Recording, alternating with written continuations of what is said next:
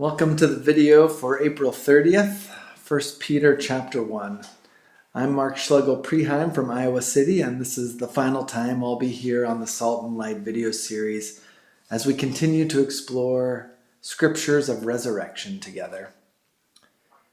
For context, here in this small book of 1 Peter, Shively Smith of Boston University School of Theology, she tells us, for those of us in North America reading these texts, we especially have the difficulty of our own context here.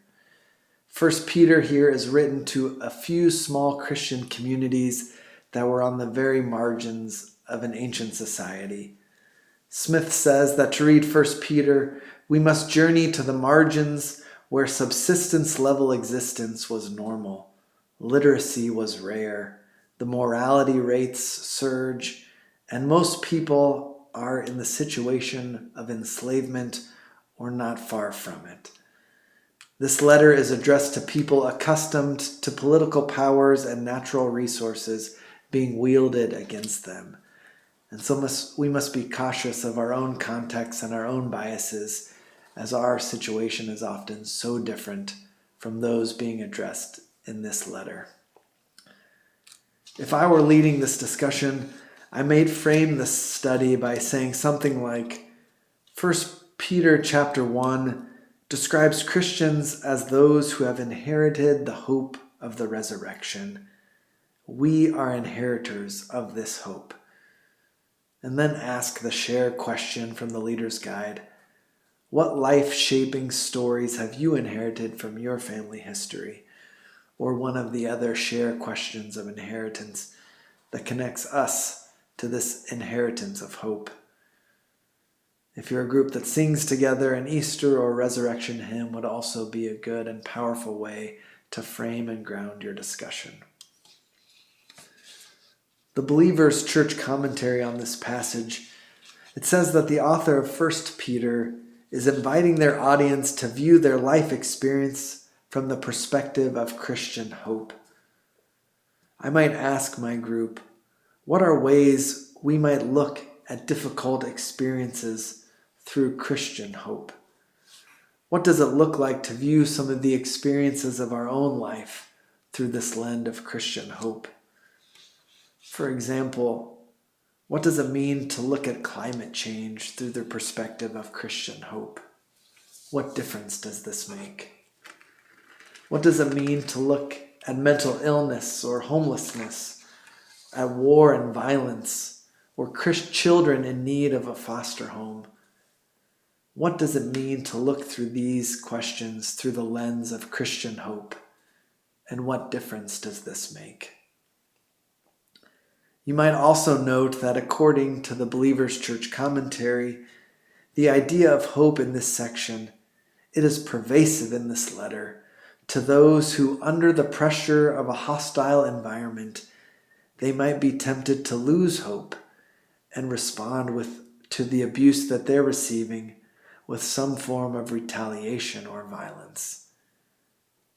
Being written to a group of people who are by far the religious and social minority in their own setting, part of their hope is to sustain them in the hope of resurrection, sustained knowing that Christ did not retaliate or take vengeance, but was still delivered by the power and mystery of God. This is not for them to be a doormat, but they might be renewed in the hope of asserting their full humanity, but without using violence or retaliation, knowing that this is the way of Christ, that this is the way of resurrection. Peter here describes the resurrection of Christ as not just a doctrine to be believed, but a reality to be experienced, to be internalized as living hope. A thoughtful question we might consider together could be, what does it mean for resurrection to be internalized? What does this look like in our lives? Or we could ask, who is someone you think of as one who lives with an internalized sense of resurrection hope? I think of my grandmother and her own joy despite many tragedies in her life. I think of Dr. King preaching his "I have been to the mountaintop" sermon, this speech that he spoke just before being killed, speaking as if he had seen the vision coming true, but knowing he would not live to experience it.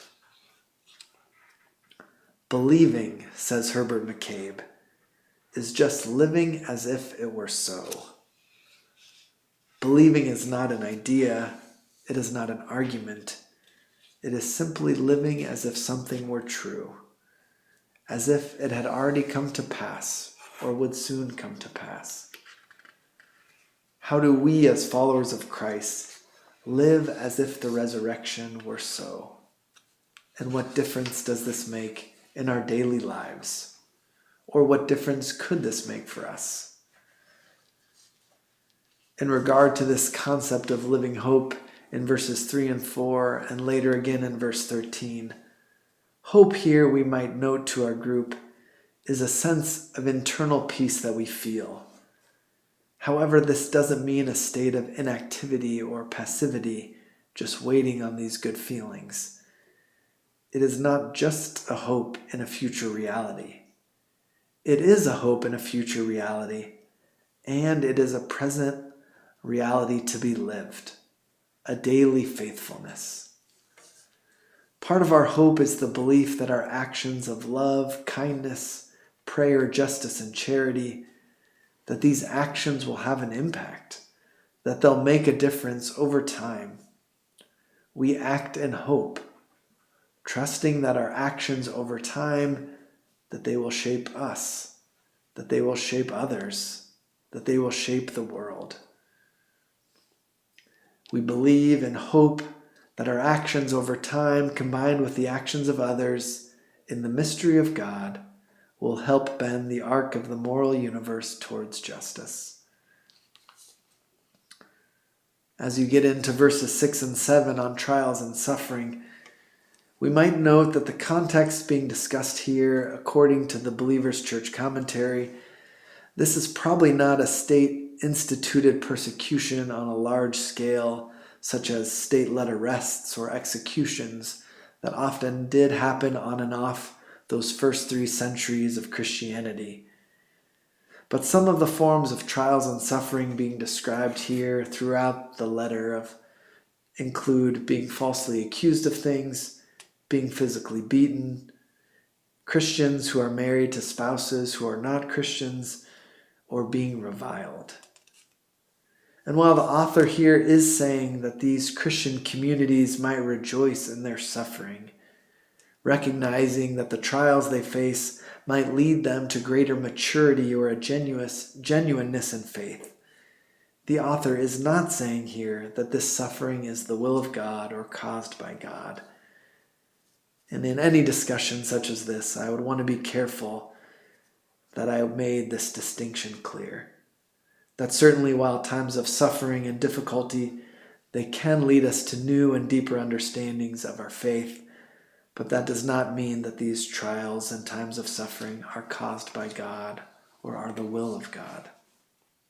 Certainly the author is not making the case here. There's a well-known preaching call and response that kept coming to my mind as I studied this passage.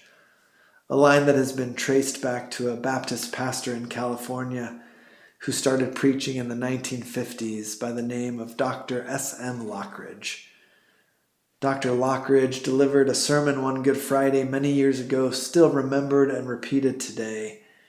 That sermon went something like this. It's Friday. Jesus was arrested in the garden where he is praying, but Sunday's coming. It's Friday. The disciples are hiding and Peter is denying, but Sunday's coming. It's Friday.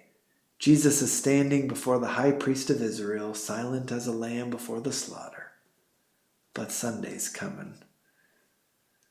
And as Dr. Lockridge continued, slowly building in intensity and volume with every line, it's Friday, but Sunday's coming.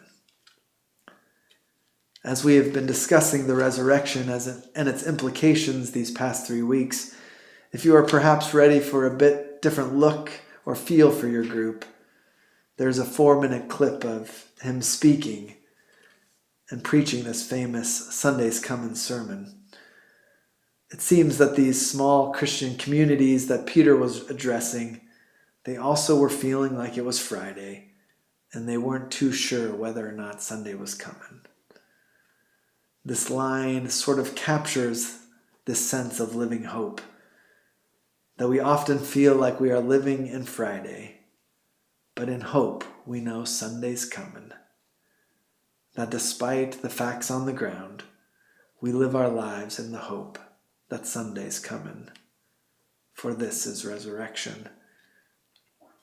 And so you could close with playing this 4-minute clip, and there will be a link at the end of the video, or also the Living the Story questions at the end of the Leader's Guide offer many thoughtful questions that could close out a discussion in a deep and meaningful way.